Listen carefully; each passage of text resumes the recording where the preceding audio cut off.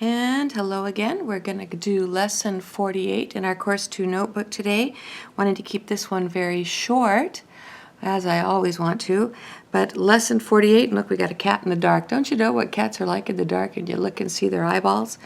I'm going to remind you to put this in your table of contents, lesson 48. We're moving right up to page 132.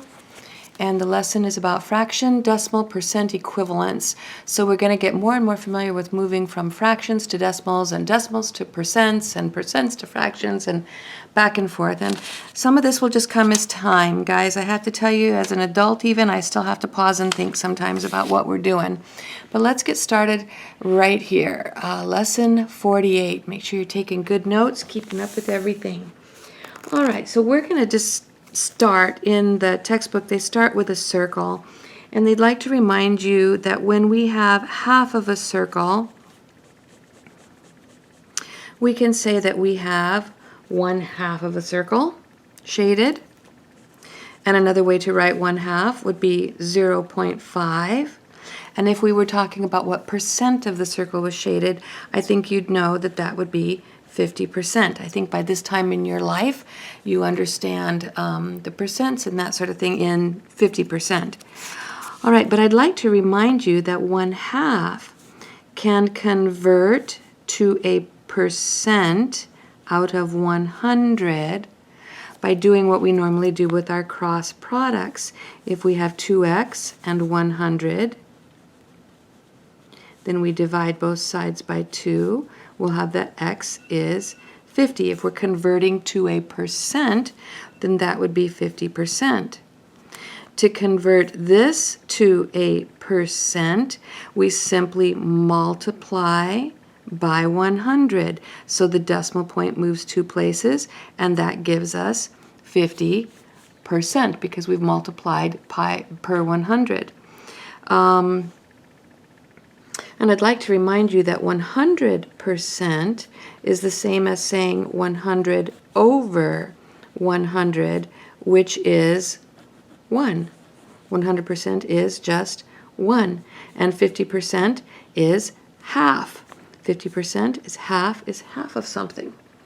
All right, so if we were to need to write 7/10 as a percent, well, let's take it to a decimal first.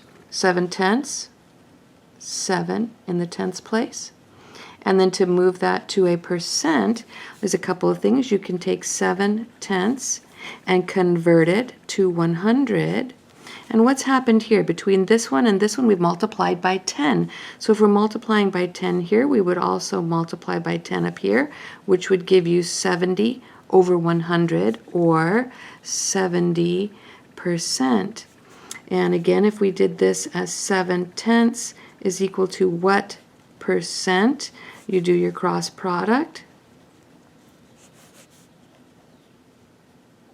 700, divide both sides by 10, and you would wind up with 70. So that would be, because the 10 cancels that 10, gives you 70%. Okay. Let's write something that's a little bit harder. When we're doing with this 10, that's not too bad. But what if I gave us something like 2/3, and I needed to write that as a percent?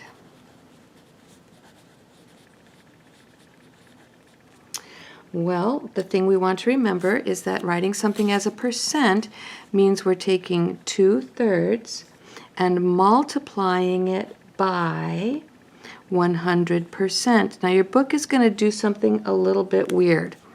They're going to say 2/3 multiplied by 100%. They're going to put this over 1.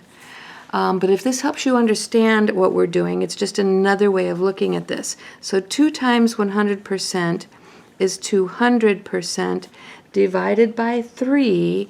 And then what you simply do is you take the 200 and divide by 3. And this is like saying 200 bananas in this case. It's really kind of weird, but that's what they're doing. 3 goes into there 6 times, which is 18 with 2 left over. Bring down a 0. There's a 6. And what we wind up with again is 18 with 2 left over. So we have 66 and what? 2/3. And when we're dealing with percents, you can leave the fractional parts. The fractional parts are perfectly acceptable with percents. So 2/3 as a fraction written as a percent comes out to be 66 2/3%. Okay, I think another way they taught us to do that was just to take this fraction 2 divided by 3, put our decimal points in here. Now remember, we're not at this point doing a percent. We're just doing what the fraction comes out to as a decimal.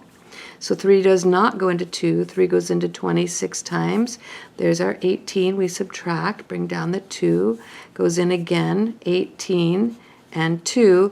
And now because we're going to be converting this, you can see that this is 66666 repeating. But because we're going to be converting it to a percent, we can take our 2/3 and put it here. And to convert 0.66 2/3 to a percent, we multiply by 100. In other words, we move the decimal 2 places. So this again is another way. Here they're showing you what happens up here, where you take 2 times 100% and divide that out. Here we're doing it as a decimal and then remembering to move our decimal point. So it becomes 66 2/3%. Well, if that isn't confusing enough to you, let's go on to the next page, 133. And we are in lesson 48, continuing. I'm going to make this one short. We're still at 6 minutes. Woo!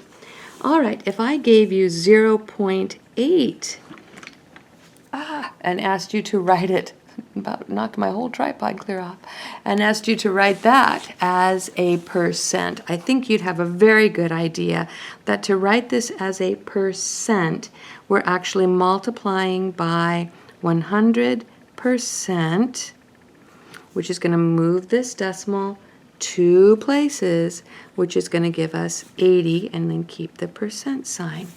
We're multiplying by 100%. Remember we said early on that 100 are divided by 100, because that's what the percent means, is really simply just multiplying by 1, and we're the percent.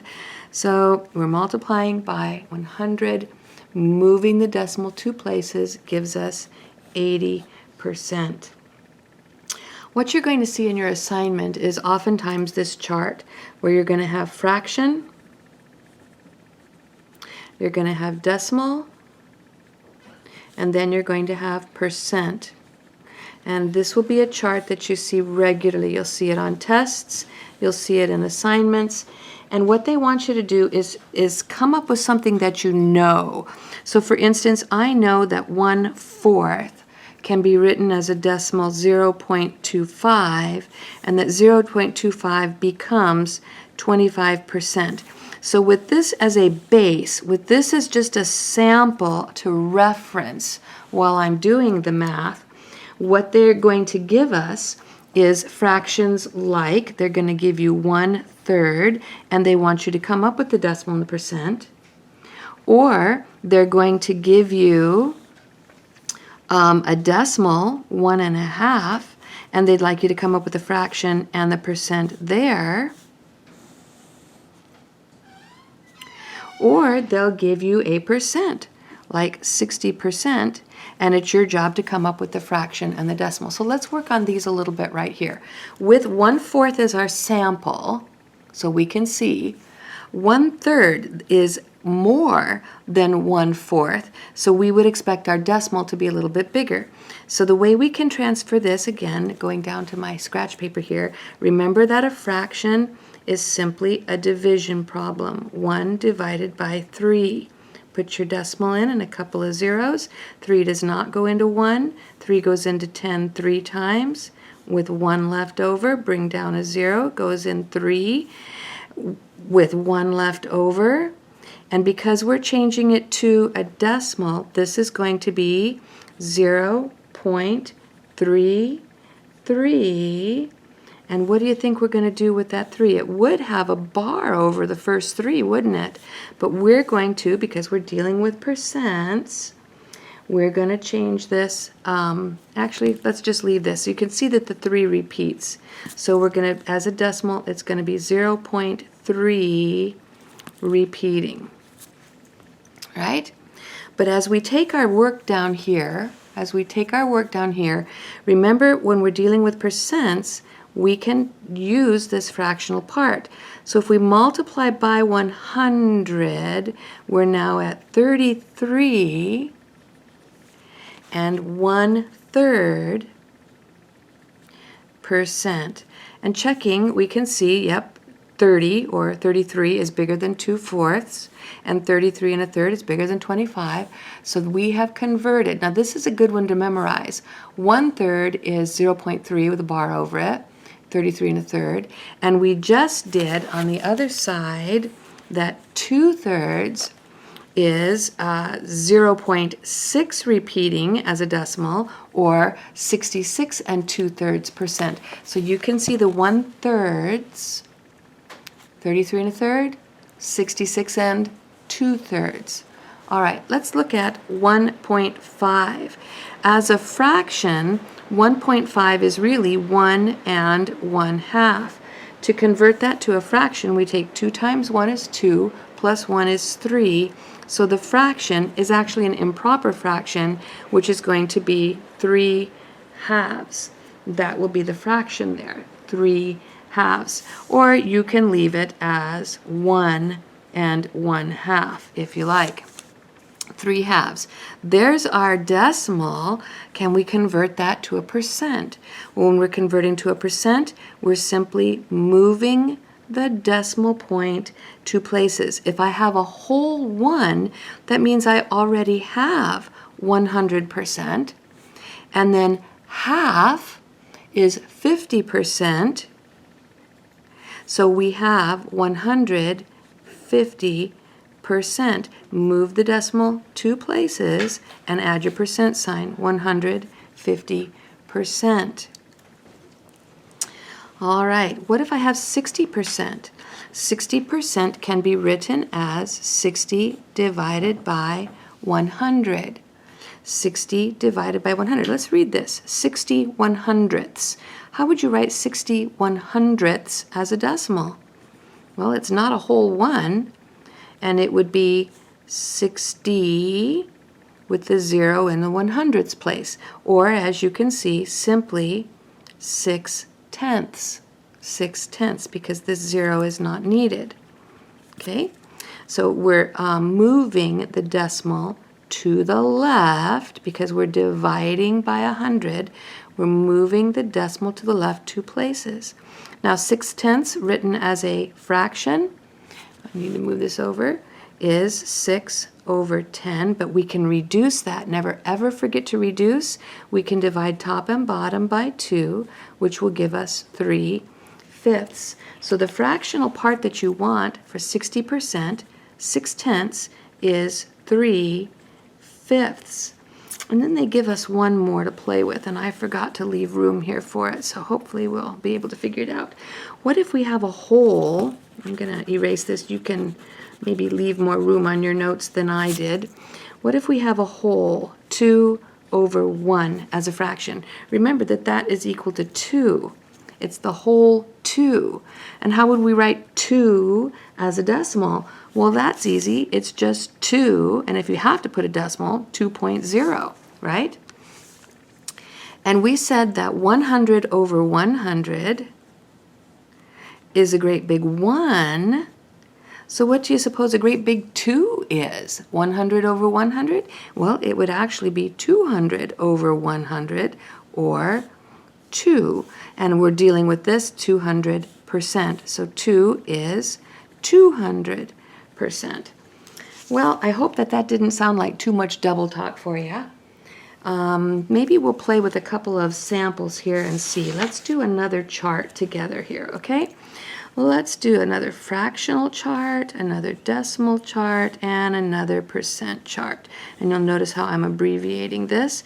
I'm going to put my samples in to refer to. I know that 1/4 is written as a decimal, 0.25. and as a percent, 25%. And that just gives me something to look at to make sure that I'm doing things right. What if I have a decimal of 0.1? Well, as you read that, it's 1/10. How do you write that as a fraction? 1/10. And how would we convert this to a percent? You simply multiply by 100, which is going to give us 10%. All right? What if I have 25%? We've already done that one, haven't we? 25% means 25 divided by 100, and I can reduce that fraction to 1/4, or I can say 25 divided by 100 and move the decimal point. When I'm dividing, I'm making it smaller, so it's 0.25, which was our sample, so we know we did that one correctly. What if I have a fraction 1/2? What if I have a fraction 1/2? Well, 1/2, let's see, you may have to do this. 1/2 divided by 2, I'm hoping you don't have to do this, would be 5/10. And hopefully you recognize that 0.5 is the same as 1/2. To convert 1/2 to a percent, we move the decimal 2 places, which means we're looking at 50%. And 50% of something is indeed 1/2. So let's take one more little bar onto this, and then we'll call it good. What if I have a fraction 4/1? Well, how many times does 1 go into 4? Goes in 4 times. So as a decimal, there is no decimal. It's just 4, or 4.0 if you insist. And if we were to multiply 4/1 times 100/100, which is still 1, multiplying by 1, we would get 400/100. And anything over 100 means that it's that much of a percent. So 4 is 400%. Well, guys, I hope that's been a little bit helpful to you. That's lesson 48. And in case I ask, there is your, what would you call it? Your secret code, your secret word. All right, bye-bye.